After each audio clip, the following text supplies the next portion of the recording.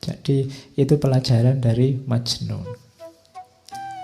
Terus, bertahanlah kekasihku, dunia diciptakan untuk kaum pecinta. Dunia ini ada karena cinta. Percayalah kalau tidak ada satupun orang yang punya jiwa cinta, tidak ada lagi relasi antar manusia yang namanya cinta, dunia ini bubar. Detik ini juga.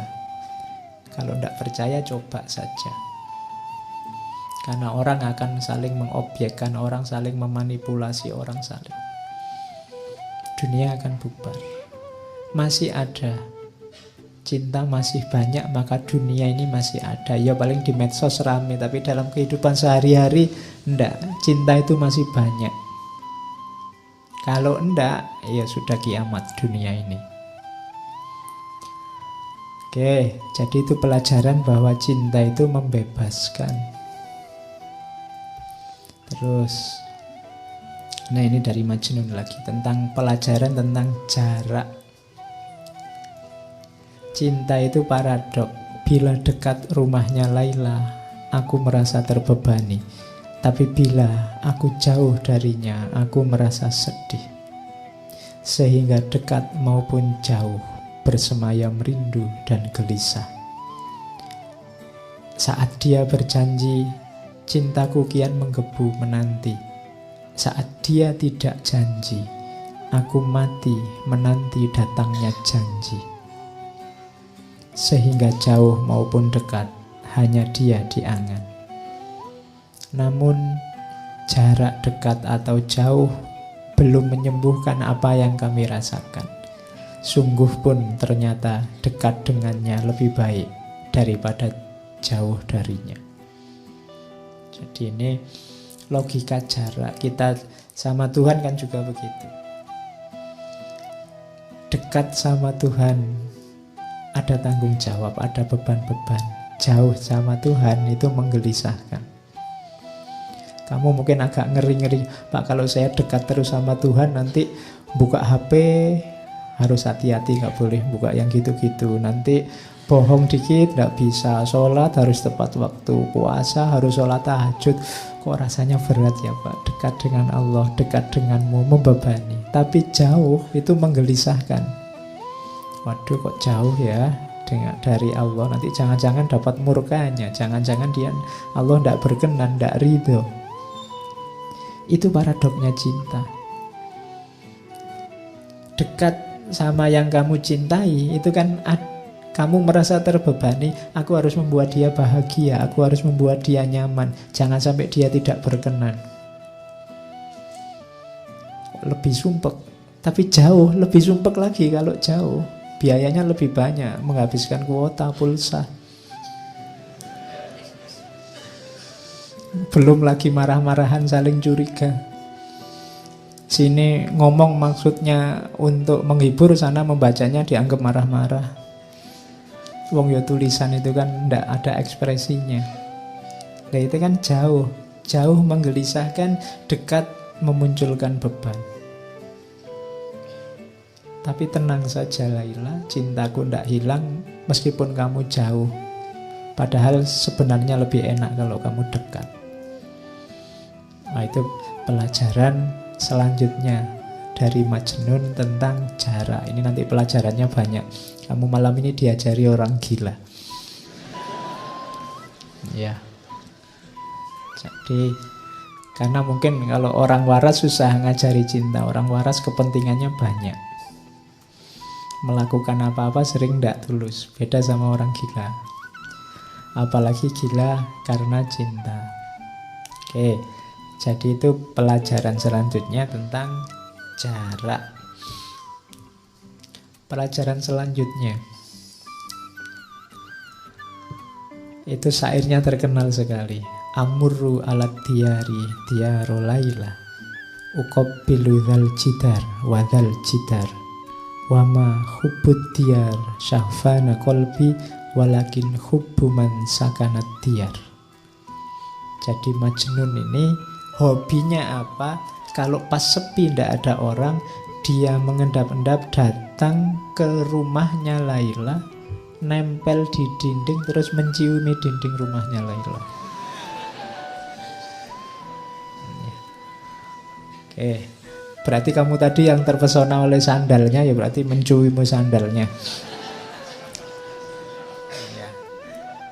Jadi aku berjalan amurru ala diyar, aku berjalan melintasi rumahnya Laila. Terus kucium dinding itu, kucium dinding itu. Semua sudut-sudut rumah, dinding-dindingnya diciumi. Cinta di dadaku bukanlah untuk dinding rumah, namun cinta pada siapa yang tinggal di dalamnya. Ya, oke.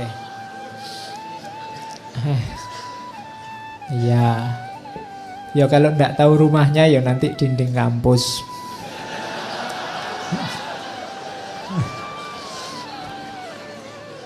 Loh iya loh. Jadi kalau pas lagi kuliah itu kamu bisa nyiumi dinding.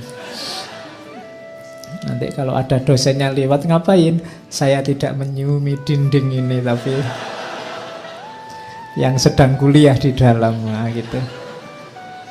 Oke, ya. Jadi apa? Ini pelajaran dari Nizami.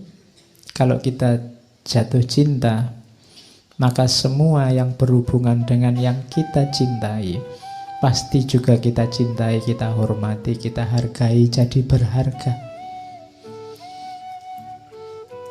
Berarti apa? Kalau kita cinta sama Allah, pasti kita juga memuliakan dan menghargai semua yang berhubungan dengan Allah.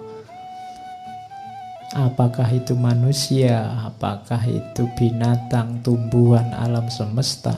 Konsekuensi dari mencintai Allah pasti mencintai semuanya, karena dalam semuanya ada tanda-tanda kehadiran Allah. Temboknya Laila adalah tanda adanya Laila. Maka semua orang, semua makhluk harusnya juga kita cintai. Kalau orang ngaku mencintai Allah tapi masih ada yang dia benci di alam ini, padahal semua yang ada di alam semesta ini adalah tanda-tanda kehadirannya Allah, berarti sebenarnya dia belum terlalu cinta.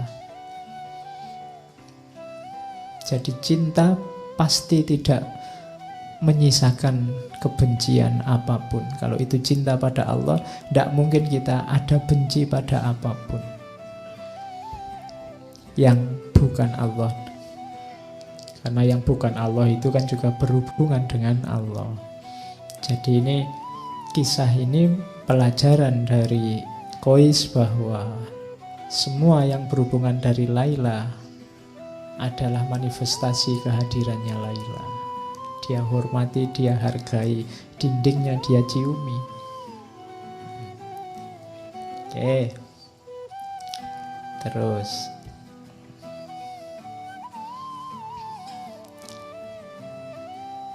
kalau ini pelajaran tentang kesetiaan. Jadi orang yang mencintai, jadi saya bilang tadi ya, Qais itu selalu ditunggu syair-syairnya. Syair-syairnya indah-indah dan penuh makna. Waktu terus berlalu, usia makin bertambah. Namun jiwaku yang terbakar rindu belum sembuh juga, bahkan semakin parah. Bila kami ditakdirkan berjumpa, akan kugandeng lengannya, berjalan bertelanjang kaki menuju kesunyian, sambil memanjatkan doa-doa pujian. Cinta, kasih, dan sayang telah menyatu, mengalir bersama aliran darah di tubuhku.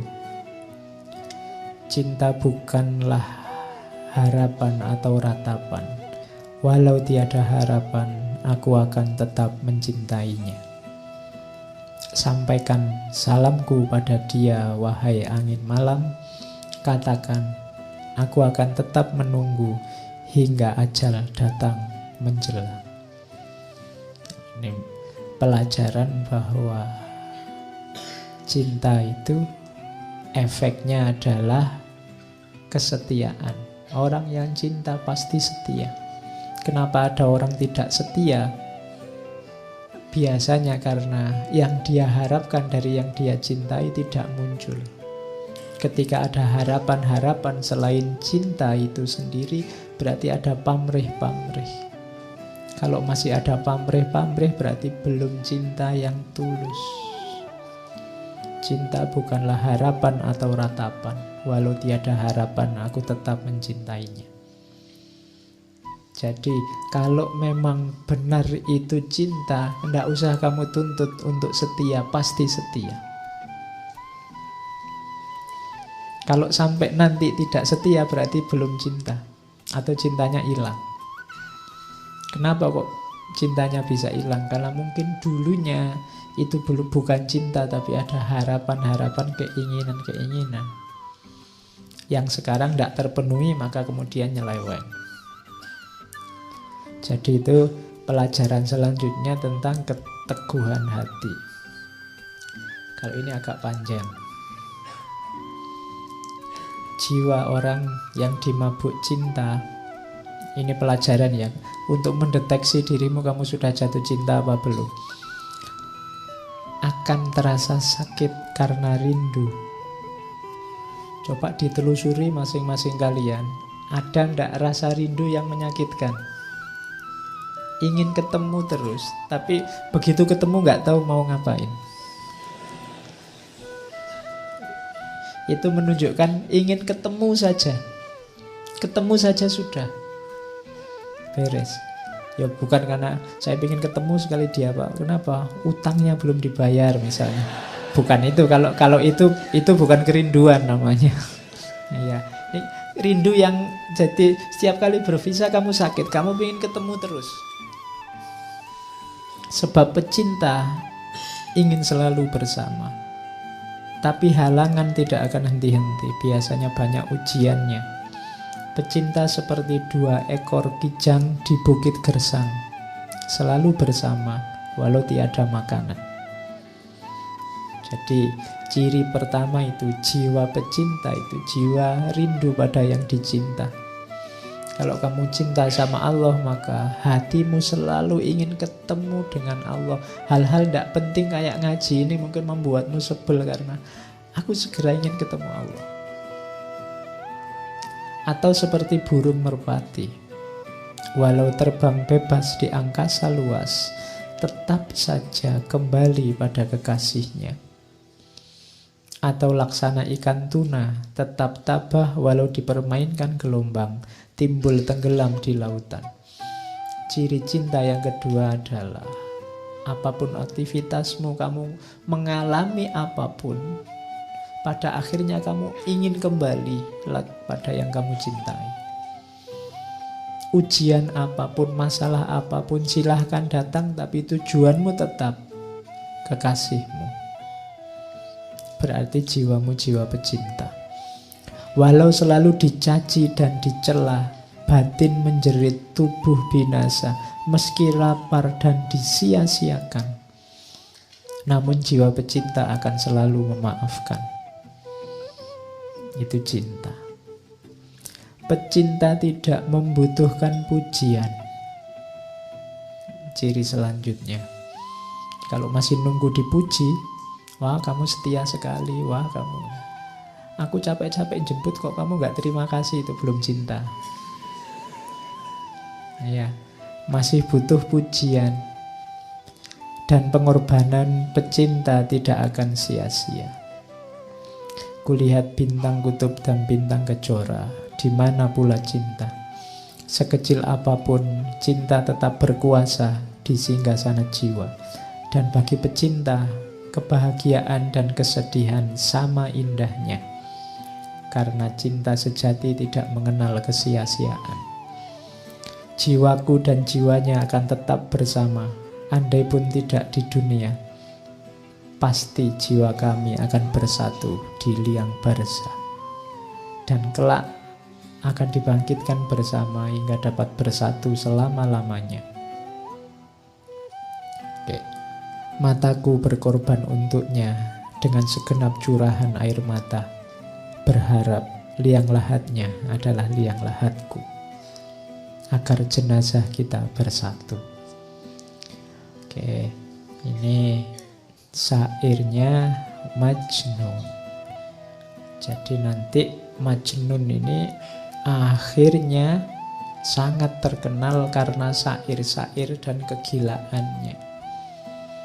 Semakin dia terkenal dengan kegilaannya, semakin marah keluarganya Laila dan semakin gelisah keluarganya Majnun. Dan itu nanti beban tersendiri bagi mereka berdua.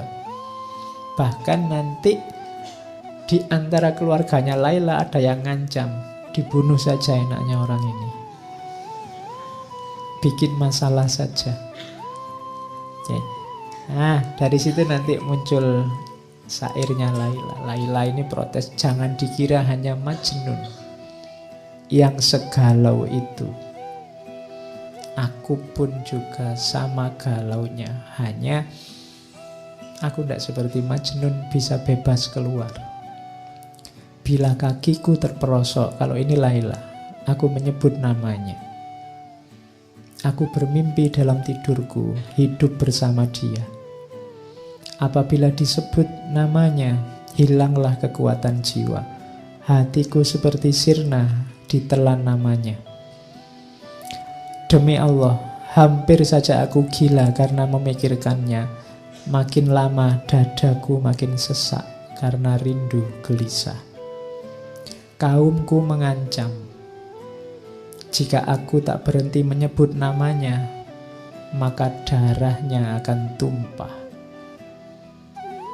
Bunuhlah aku dan biarkan dia. Setelah nyawaku melayang, janganlah kalian hina dia. Cukup apa yang ia derita karena cinta.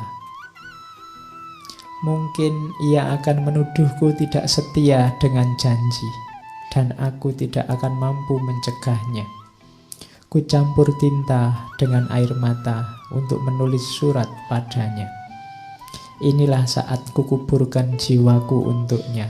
Aku khawatir jika ajalku tiba, tak dapat memandang wajahnya. Ini Laila. Jadi dua-duanya sedang gelisah.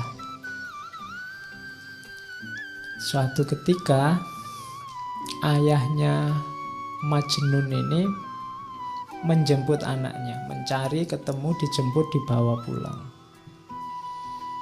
Kemudian pokoknya diciptakan suasana yang sekiranya membuat Majnun lupa dengan Laila. Dicarikan gadis-gadis cantik yang sekiranya jauh lebih cantik dari Laila, mau berapapun dikasih. Saya tidak tahu kalau kamu imanmu kuat tidak digituin. Jadi dibikinkan pesta tiap malam. Targetnya satu, tinggalkan Laila. Saat ini juga. Tapi Majnun tidak mau. Jadi katanya Majnun ini mewanti-wanti Laila. Kalau aku tidak mau digituin, ingat-ingat Laila maksudnya itu. Mungkin engkau diberi 2 cawan minuman, 1 cawan kebencian, agar engkau lupa padaku, yang 1 anggur kesenangan, agar engkau menerima orang lain sebagai gantiku.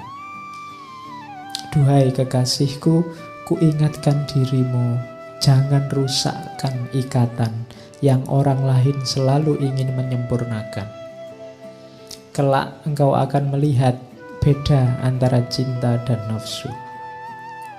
Wahai Laila, nafsu akan melemahkan hati.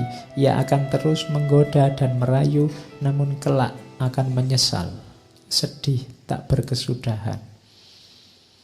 Jiwa yang dipenuhi kebencian tak akan pernah menjadi mulia. Ia tak akan puas bila yang diharapkan tak didapat. Bedakan cinta dengan nafsu. Cirinya, nafsu akan terus menggoda, yang akhirnya adalah penyesalan.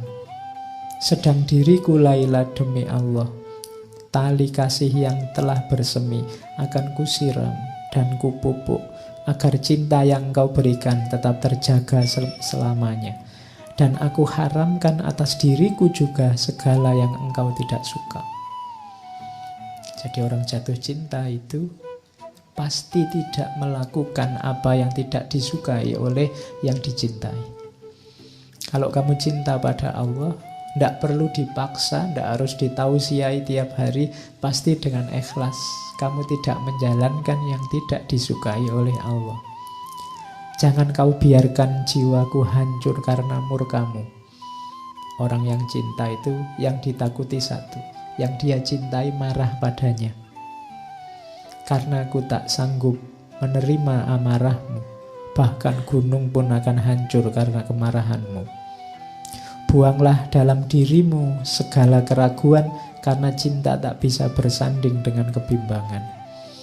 Aku akan selalu menjaga tali cinta kita. Walau engkau tak di sisiku, namun aku yakin cintamu selalu hadir di hatiku.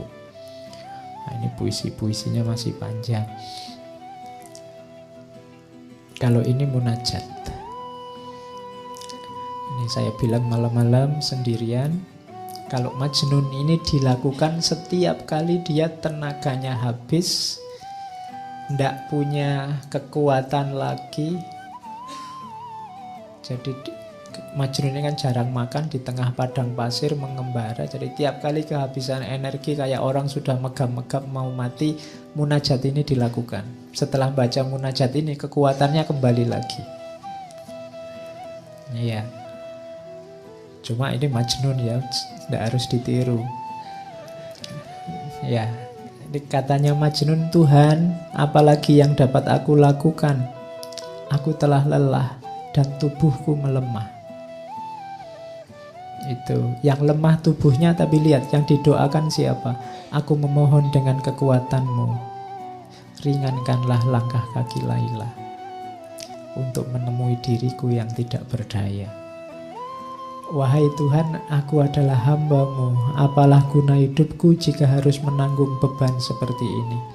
Tunjukkan kemuliaan-Mu, turunkanlah berkah-Mu agar jiwaku dapat hidup kembali, terhindar dari lembah kematian dan memperoleh kekuatan untuk melangkah menemui kekasihku.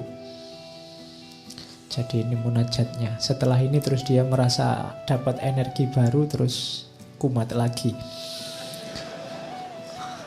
Ya. Jadi wahai Laila, aku tahu engkau terpenjara dalam lingkungan keluarga yang mengasihimu, tapi mengapa engkau tak hendak melihat diriku yang terlunta-lunta di padang gersang? Aku hidup terasing. Orang-orang menganggapku gila, mereka menista dan menjauhiku. Duhai kekasihku, cinta telah mengambil jiwaku dan menyandingkannya dengan jiwamu. Aku tidak akan mempedulikan anggapan orang. Aku hanya memohon padamu, kuatkanlah tali pengikat jiwa kita. Jangan biarkan tangan-tangan kotor menjamahnya. Jangan kau biarkan nafsu dan kemewahan dunia melenakan jiwa kita. Cukuplah bagiku kenangan saat-saat bahagia ketika aku memandang jernih matamu, dapat menikmati madu senyummu, memandang ikal rambutmu bagai debur ombak di pantai.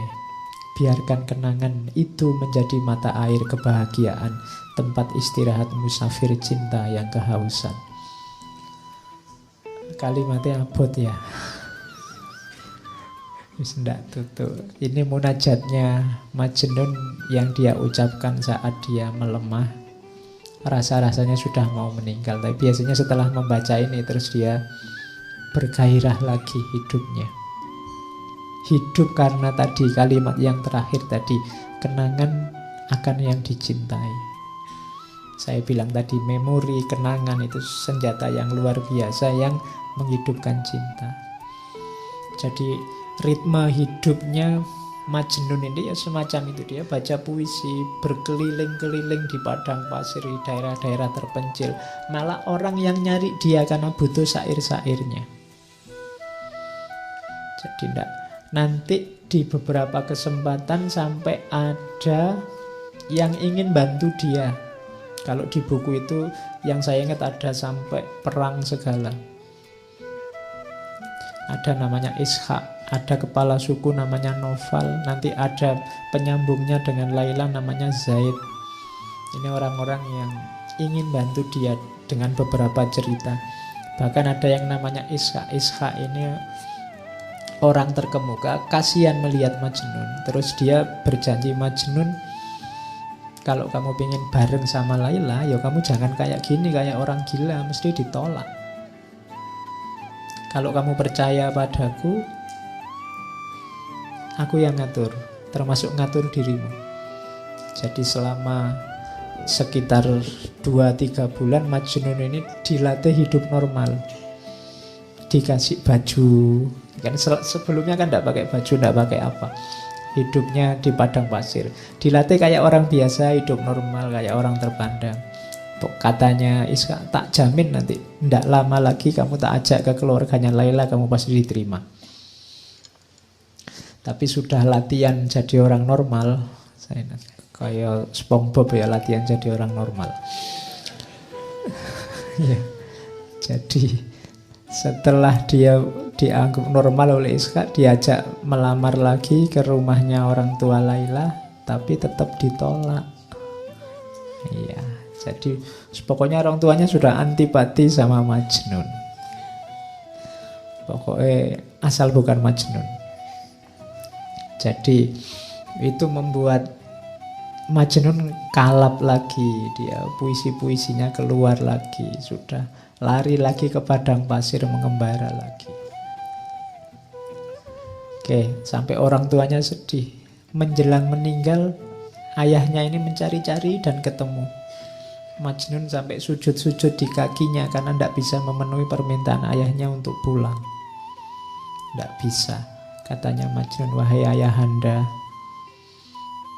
kesedihan adalah takdirku. Penderitaan telah memangsa masa mudaku. Kesedihan bagai ulat yang memakan habis daun-daun bungaku, hingga tunas keindahan hidupku tercabut. Aku duduk dalam kegelapan, berselimut debu, dan telah kuucapkan selamat tinggal pada semua kenikmatan duniawi yang menggodaku. Segala penderitaan telah aku jalani, dan keceriaan masa muda telah tercampak, tersisih. Kini aku datang ke hadapanmu, memohon maaf dan maklummu. Engkau adalah ayahku, orang yang sepantasnya ku minta ridho darimu. Jadi dia tidak sanggup memenuhi permintaan ayahnya untuk pulang hidup secara normal. Akhirnya ayahnya minta, ya sudah kalau gitu permintaanku yang terakhir, ayo kamu ikut aku naik haji. Jadi nanti ada cerita Majnun ini oleh ayahnya diajak ke Mekah untuk haji. Bayangannya ayahnya nanti di Mekah berdoa untuk melupakan Laila. Di Mekah kan doa-doa dikabulkan. Jadi bayangannya orang tuanya itu. Tapi nanti waktu naik haji, lagi asik-asiknya melakukan ritual haji, tiba-tiba ada orang entah sengaja atau tidak mengucapkan kata Laila. Iya, tuh, iya, orang sudah mulai konsen mau ibadah diingatkan lagi. Jadi, iya, seseorang memanggil-manggil namamu saat kami berada di lereng Bukit Mina. Mendengar namamu, terguncanglah hatiku oleh duka.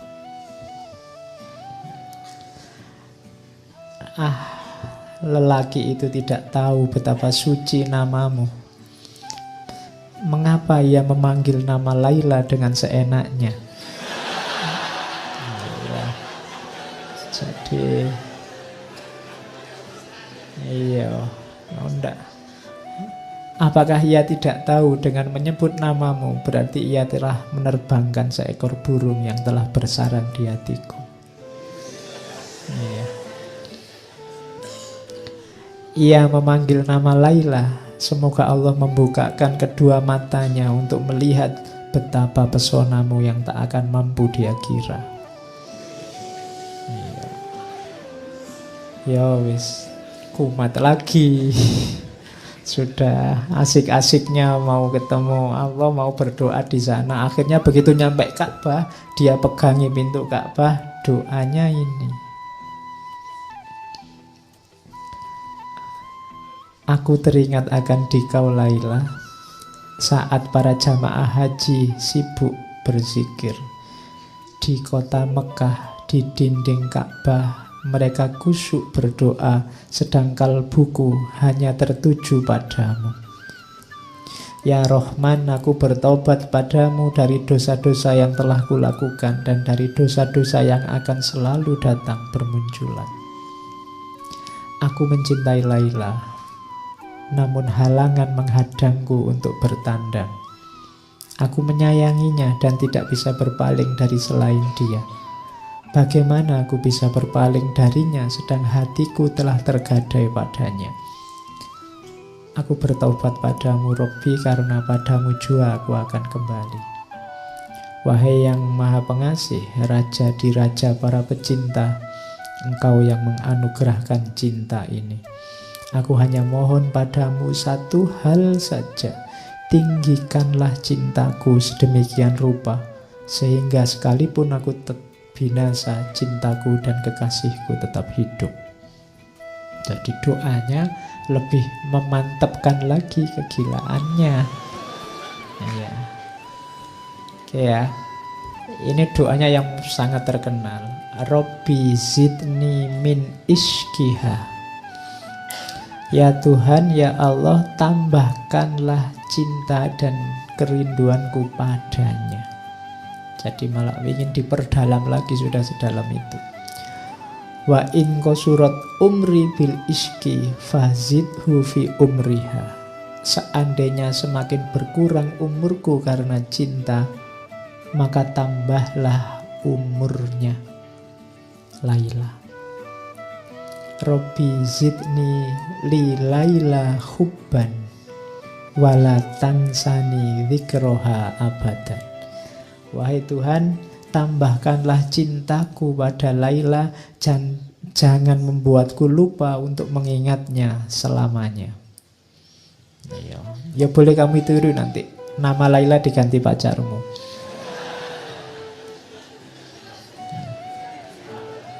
Jadi Robbi, tambahkanlah cintaku padanya. Oke, yo ini kalau maunya Nizami, substitusinya bukan orang tapi ke Allah. Mintalah untuk kamu biar jatuh cinta sama, dianugerahi rasa cinta pada Allah. Oke, terus kiamatnya di sini.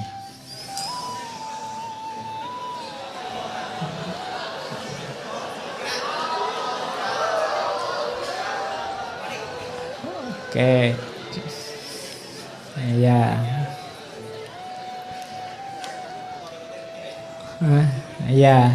Jadi nanti Laila ini dipaksa untuk kawin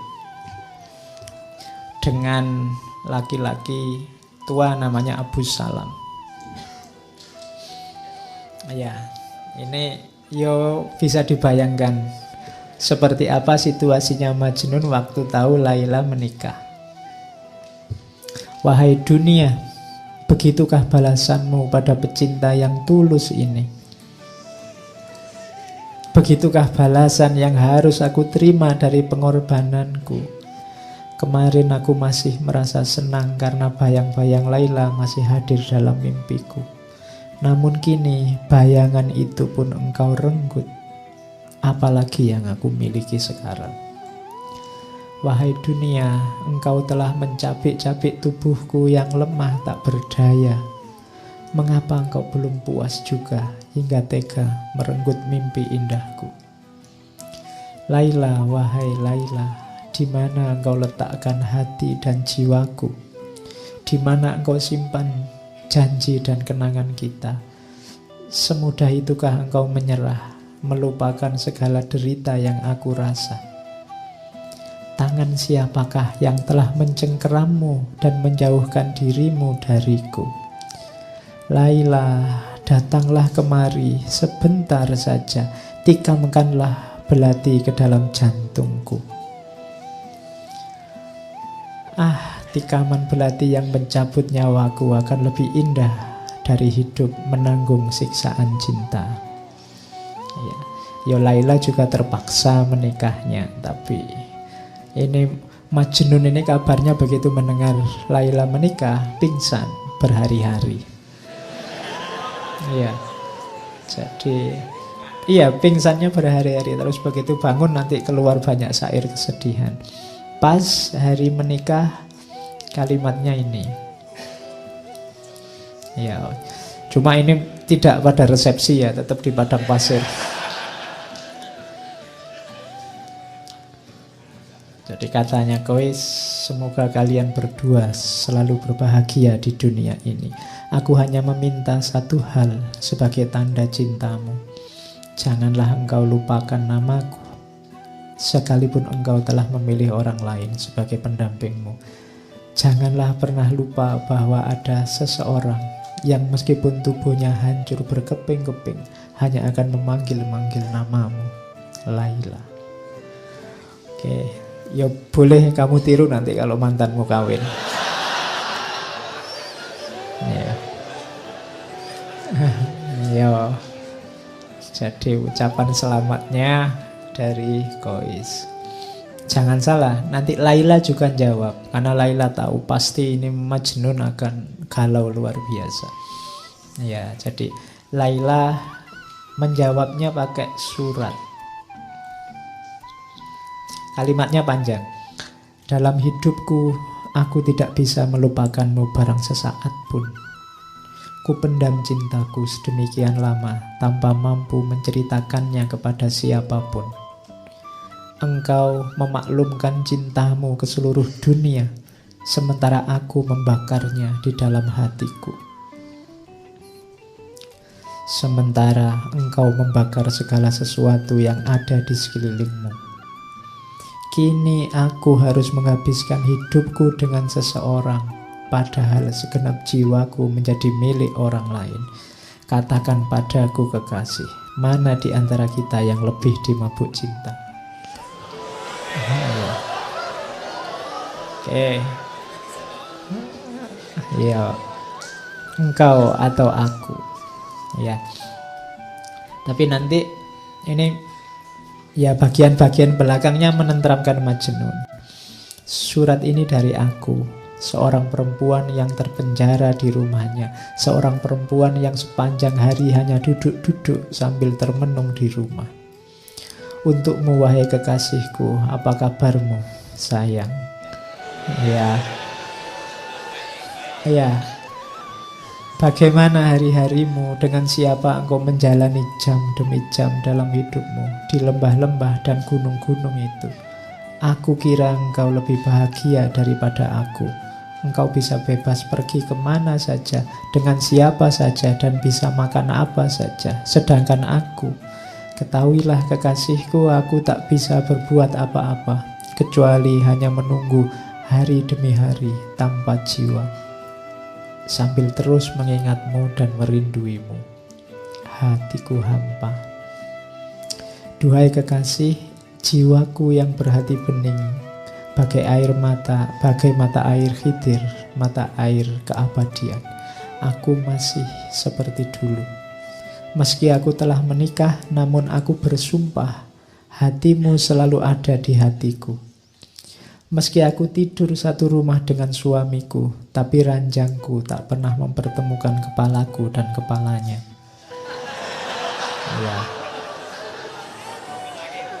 Ya, itu kalimat aslinya la yajma'u ra'si wa ra'suhu firos.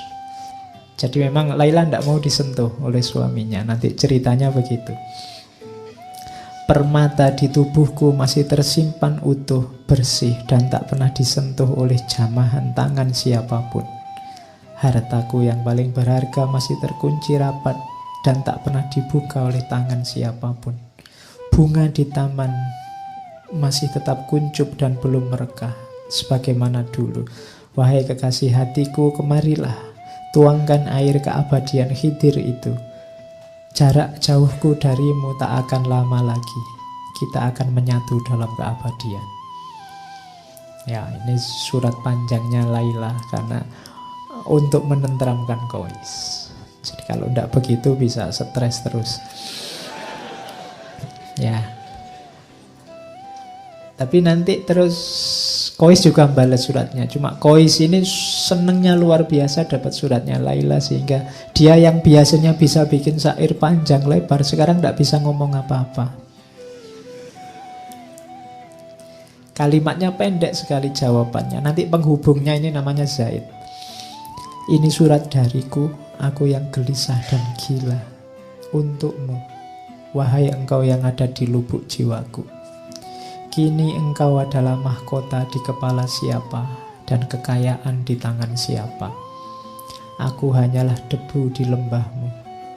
Bila engkau menuangkan untukku air pertemuan, engkau menumbuhkan bunga dan menerbitkan musim semi.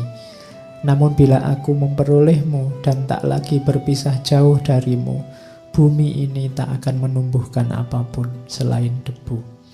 Lihatlah, aku adalah tawanan yang terbelenggu. Jadi ini ketidakberdayaan seorang Qais. Ingin sekali ketemu Laila, tapi sekarang dia tidak percaya lagi dengan dirinya sendiri. Kalau aku bersama Laila, jadi apa Laila? Kalau aku tidak berpisah denganmu, bumi ini tak akan menumbuhkan apapun selain debu, karena aku sudah seperti ini sekarang. Tidak pantas lagi dengan dirimu. Jadi itu juga hiburannya Qais pada Laila. Maka Laila tenang saja, tidak apa-apa. Jadi itu peristiwa kiamatnya Qais ketika pernikahannya Laila. Ya nanti masih ada cerita, misalnya Qais ketemu, saya bilang tadi Naufal. Naufal ini ketua suku. Ketua suku yang ingin membela Qais. Dia ngerayu-ngerayu ayahnya Laila, tidak dikasih. Akhirnya sudahlah, perang saja. Jadi di Laila Majnun ada peristiwa peperangan antara kubunya Naufal, Syekh Naufal dengan sukunya orang tuanya Laila. Sukunya orang tuanya Laila kalah. Cuma waktu perang ini Qais sebenarnya tidak ingin perang. Ketika perang, Qais malah ada di pihaknya, ceritanya Laila, sukunya Laila. Ya, bingung ya memang. Jadi karena bagi Qais sukunya Laila tadi kan ditanda-tanda semua yang berhubungan dengan Laila dia sayangi juga. Jadi Qais ini ceritanya ikut bantu mengobati yang sakit, yang luka, tapi dari kubu Laila. Itu yang membuat Naufal bingung. Iya. Ya, terus begitu terakhir ayahnya jadi tawanan, katanya ayahnya, nyawaku, sukuku, putriku, ya karena aku kalah terserah mau kamu apain aja. Permintaanku satu, kalau aku disuruh memberikan, menikahkan anakku dengan Qais, tidak. Iya, pokoknya itulah antagonisnya ada di situ. Jadi kalau Qais enggak, itu kehormatan suku kalau bagi ayahnya Laila. Jadi, mbok ini semua suku kamu jadikan budak, bahkan Laila kamu kawini sendiri, aku kamu bunuh nyawaku, iya, tapi anakku enggak akan kuizinkan dinikahi oleh Qais. Oke, itu di antara ceritanya begitu sampai nanti Laila menikah dan suaminya memang tidak boleh menyentuh Laila sama sekali, sampai saya tidak tahu yang meninggal duluan suaminya Laila